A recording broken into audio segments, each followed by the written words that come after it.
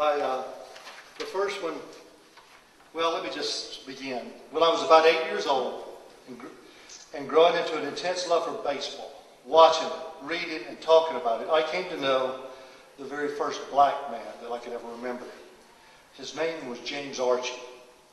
But no one called him that. Rather, he was known to everyone simply as Mississippi, the same as the state he came from. He worked at Henry Davis's fish house, and he lived in a small one-room frame office at the foot of the dock that had been built as a market by Henry's oldest son, Wayne. It was no more than 10 feet square and had no facilities other than a cot to sleep on.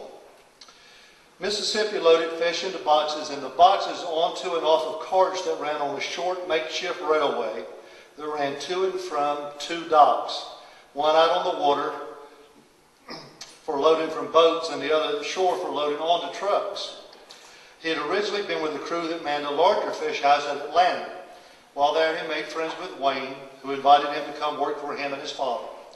During his time at the island, he ate at the Davis family table and was treated as a part of the family. He had a large, round face, closely cropped hair, a deep bass voice, and he could have been cast as a character in the popular Broadway play of that era, Showboat. In fact, it's not hard to imagine him entertaining himself while sweating on the docks by belting out a chorus of Old Man River. But it was his sinewy physique from his neck to his shoulders down through his arms and chest, all the way to his hips and calves, that made him so well suited for the job of listing boxes of fish, shrimp and clams that weighed well over 100 pounds. He would jerk them with a hook or even his bare hands and then hoist them above his head and stack them onto the cart or onto the truck. And while he did it, he was singing, whistling, or talking constantly to anyone who could hear him.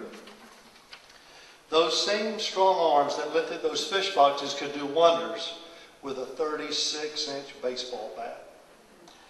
In what some have called baseball's golden age and the heyday of Willie Mays and Hank Aaron, who were from his neighboring state of Alabama, this man called Mississippi became our very own Negro League All-Star. And this one we could actually watch him play rather than just reading about him in the sporting news or hearing about him on the radio. So you see, fish house work was mostly in the early morning and late evening when boats came in with their catch.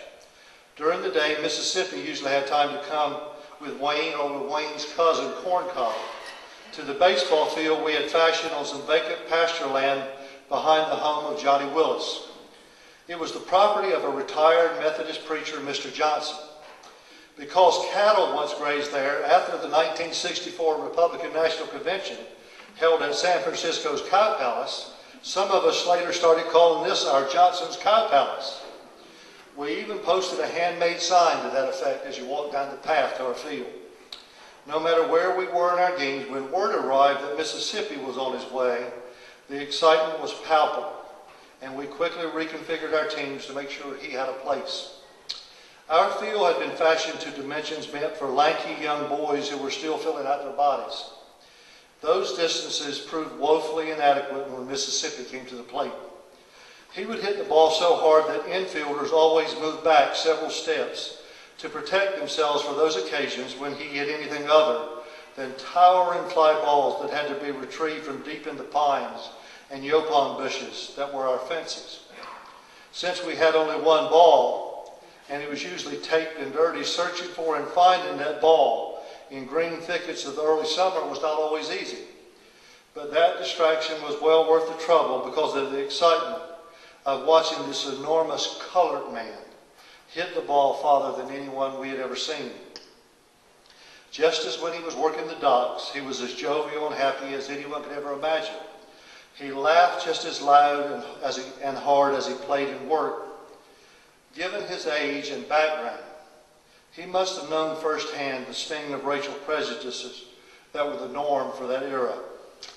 But he never let on even the faintest sensitivity that he was in any way different or apart from the rest of us, either at the fish house or on the ball field.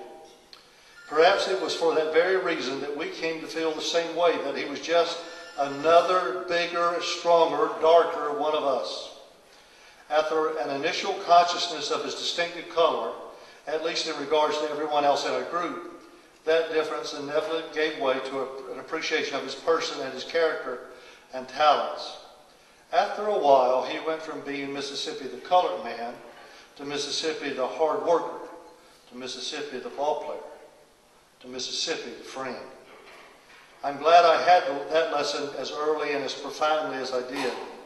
I think it made me a better person then, and especially in those later years after integration, when I would come to sit with, play beside, and be taught by, work together, and be friends with black men and women in every aspect of my life. The lessons I first learned at Henry's Dock and at Johnson's Cow Palace served me well and served me often. That's an example of the kind of stories. Thank you.